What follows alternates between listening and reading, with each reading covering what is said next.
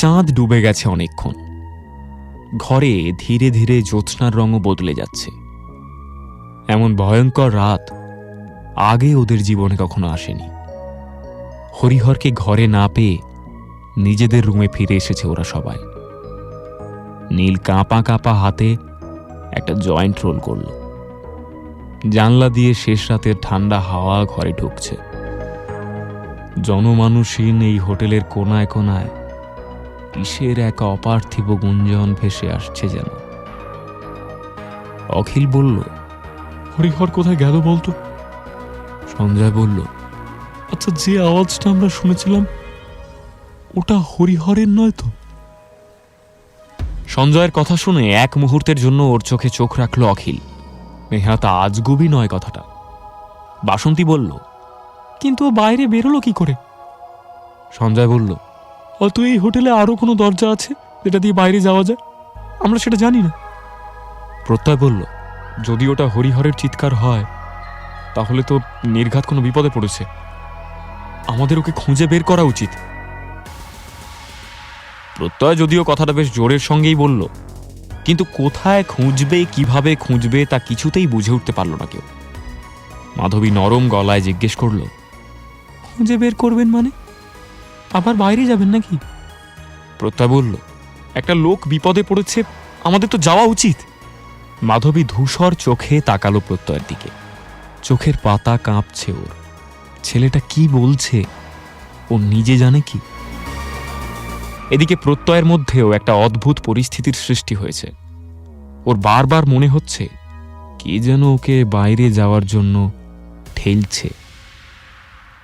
মানে ভিতর থেকে ঠেলা নয়, ঘরের হাওয়া যেন ওকে ঠেলে বাইরে পাঠাতে চাইছে। সেদিন যেমন নদীতে ওরা যখন ডুবে যাচ্ছিল, নদীর জল ভাসিয়ে রেখেছিল প্রত্যয়কে, ঠিক তেমন। অখিল বলল, বেশ, চল তাহলে আরেকবার খুঁজে দেখি। এইসব ঘটনা দিনের বেলা ঘটলে আমরা একদমই ভয় পেতাম না। স্রেফ অন্ধকারটা আমাদের ভয় বাড়িয়ে দিচ্ছে। ভূত সবই আমাদের মনের কল্পনা। সঞ্জয় ঘাড় নেড়ে বলল, হ্যাঁ, চল বেরোই। তারপর মেয়েদের দিকে ফিরে বলল, আপনারা যাবেন তো? বাসন্তী, প্রীতি আর মাধবী পরস্পর মুখ চাওয়াচাই করল একবার। তারপর মাধবী বলল, হ্যাঁ, চলুন। ঘর দুটো তালা আটকে সিঁড়ি বেয়ে নামতে নামতে সঞ্জয় বলল, একটা কাজ করি, সবাই একসঙ্গে একদিকে না গিয়ে আলাদা আলাদাভাবে বিভিন্ন দিকে যাই। আমাদের সঙ্গে ফোন তো আছেই, কোনো সমস্যা হলে ফোন করে নেওয়া যাবে। অখিল বলল, কে কোন দিকে যাবে? মাধবী বলল, আপনি আর প্রীতি একদিকে যান, আমি আর প্রত্যয় যাচ্ছি, আর ওরা তিনজন একদিকে যাক। সঞ্জয় বলল, নীল আর প্রীতি যাক, আমার সঙ্গে কাউকে লাগবে না। অখিল বলল, তুমি বেশি ফাজলামি মারিও না। অপরিচিত জায়গা, রাতের বেলা একা বেরোনোর কোনো দরকার নেই। সঞ্জয় বলল, রাত আর কোথায়, 4টে বেজে গেছে, একটু পরে ভোর হয়ে যাবে ভাই। চল চল বেরোই। আমি নদীর সামনের দিকটাতে যাচ্ছি, তোরা কে কোন দিকে যাবি বল? অখিল বলল, চিৎকার তো জঙ্গলের দিক থেকে এসেছিল, আমরা সবাই ওই দিকেই যাই, তারপর আলাদা আলাদা করে ভাগ হয়ে যাব। অখিলের প্রস্তাবটা মনে ধরল সবার। হোটেল আর নদীর মাঝখানের সরু রাস্তাটা ধরে জঙ্গলের দিকে এগোলো ওরা সবাই। রাতের অন্ধকার অনেকটাই কমে গেছে। পূব আকাশে তারা ডুবে গিয়ে হালকা রঙের আভার পরশ দেখা যাচ্ছে।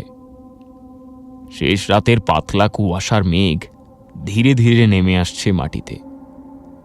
ঘাস ভরা মাটি ইতিমধ্যেই মৃদু ভিজে উঠেছে। জঙ্গলের কাছে পৌঁছে আলাদা আলাদা দলে ভাগ হয়ে গেল ওরা। কেবল সঞ্জয় রয়ে গেল জঙ্গলের বাইরে। ওর মনে একটা খচখচ তৈরি হয়েছে। এখনো কাউকে সেটা বলেনি যদিও। ঘটনার ডামাডোলে বাকিরা ভুলে গেলেও ওর ঠিক মনে আছে, কাল রাতে হোটেলের মালিক ওদের মিথ্যে বলে গভীর রাতে এই একই রাস্তা ধরে কোথায় যেন গিয়েছিল।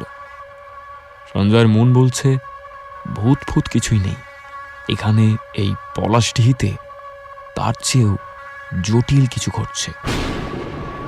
ও এখন সেটাই খুঁজবে। সেদিন সিমেট্রির ভিতরের একটা জায়গায় বেশ কয়েকটা সিগারেটের টুকরো দেখতে পেয়েছিল।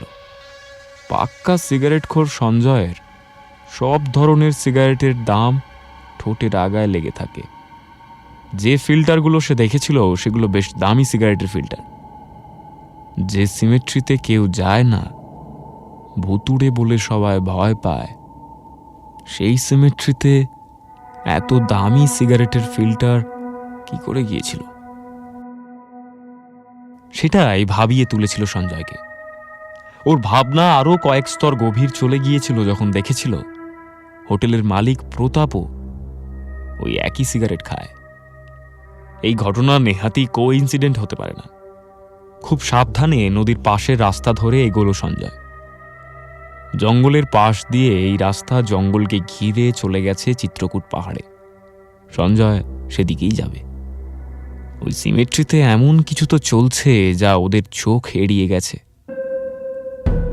সেটাই খুঁজবে সঞ্জয়। সঞ্জয় যখন এইসব ভাবতে ভাবতে হাঁটছিল রাস্তা ধরে, ওর বাকি বন্ধুরা ততক্ষণে জঙ্গলে ঢুকে আলাদা আলাদা দলে হরিহরকে খোঁজা শুরু করেছে। মোবাইল ফ্ল্যাশের আলোয় জঙ্গলি রাস্তায় চলতে চলতে এক পর্যায়ে মাধবী প্রত্যয়কে জিজ্ঞেস করল, আচ্ছা, একটা কথা জিজ্ঞেস করব? প্রত্যয় বলল, হ্যাঁ বলুন না, কি কথা? অন্ধকারে মাধবীর মুখ দেখা না গেলেও কথাটা বলতে গিয়ে যে সে খানিক লজ্জা পাচ্ছে তা তার নিঃশ্বাসের শব্দ শুনেই বোঝা যায়। মাধবী বলল, আপনি সিঙ্গল? প্রত্যয় করুণ হাসল। হ্যাঁ, সিঙ্গেল। এখানে আসার আগেই ব্রেকআপ হয়েছে। আপনি? মাধবী ঘাড় নাড়ল। কলেজের শুরুতে রিলেশনে গেছিলাম। ছেলেটা বড্ড ইনসিকিউর ছিল, পোষায়নি। প্রত্যয় একবার আর চোখে তাকালো মাধবীর দিকে। ভোরের আলো স্পষ্ট থেকে স্পষ্টতর হচ্ছে। ক্রমশ রাতের অন্ধকার সরে গিয়ে মাধবীর মুখে নরম রাঙা আলোর প্রলেপ পড়ছে। দিনের এই সময়টা বড় মিষ্টি। মানুষের মনে কোনো পাপ থাকে না।